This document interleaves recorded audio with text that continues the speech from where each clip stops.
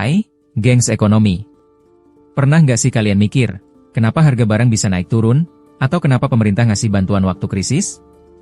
Nah, semua itu nyambung sama yang namanya kebijakan fiskal.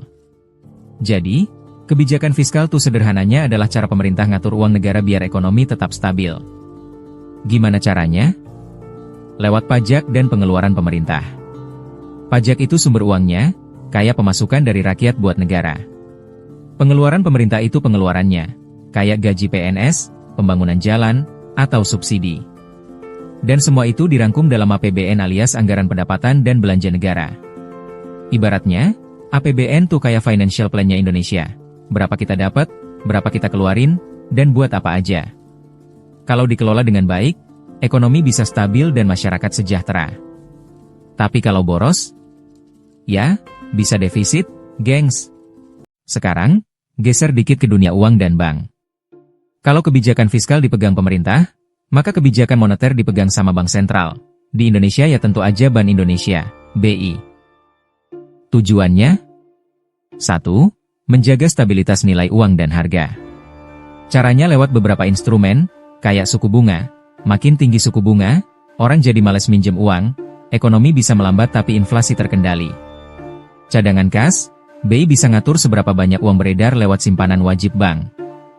Dan tentu, pengaturan jumlah uang beredar, biar nggak kebanyakan yang bikin inflasi, atau kekurangan yang bikin ekonomi lesu. Jadi kalau BI ngumumin suku bunga naik, itu bukan buat nyusahin rakyat, tapi buat ngerem inflasi. Kayak pengemudi ekonomi yang tahu kapan harus gas dan kapan harus ngerem. Oke, sekarang kita rangkum dikit. Baik kebijakan fiskal maupun moneter punya tujuan besar yang sama, yaitu menjaga pertumbuhan ekonomi biar tetap positif, menekan pengangguran, dan menjaga stabilitas harga alias inflasi. Nah, buat nyampe ke tujuan itu, ada banyak instrumen kebijakan. Di fiskal, instrumennya pajak, subsidi, dan belanja pemerintah. Di moneter, instrumennya suku bunga, operasi pasar terbuka, dan cadangan wajib. Intinya, kedua kebijakan ini kayak dua superhero ekonomi.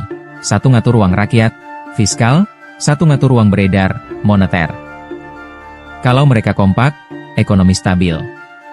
Tapi kalau nggak seirama, bisa bikin pasar bingung dan ekonomi goyah. Sekarang, yuk lihat gimana kebijakan ini jalan di dunia nyata. Diagram dengan tren turun, diagram dengan tren naik. Waktu pandemi COVID-19, ekonomi Indonesia sempat drop banget. Pemerintah langsung gerak cepat lewat kebijakan fiskal ekspansif, artinya belanja besar-besaran walau pendapatan turun. Contohnya, subsidi gaji dan bantuan sosial buat masyarakat. Insentif pajak biar usaha nggak bangkrut. Dan belanja kesehatan buat penanganan pandemi. Sementara itu, Bank Indonesia nurunin suku bunga acuan dan ngucurin likuiditas ke perbankan supaya kredit tetap jalan.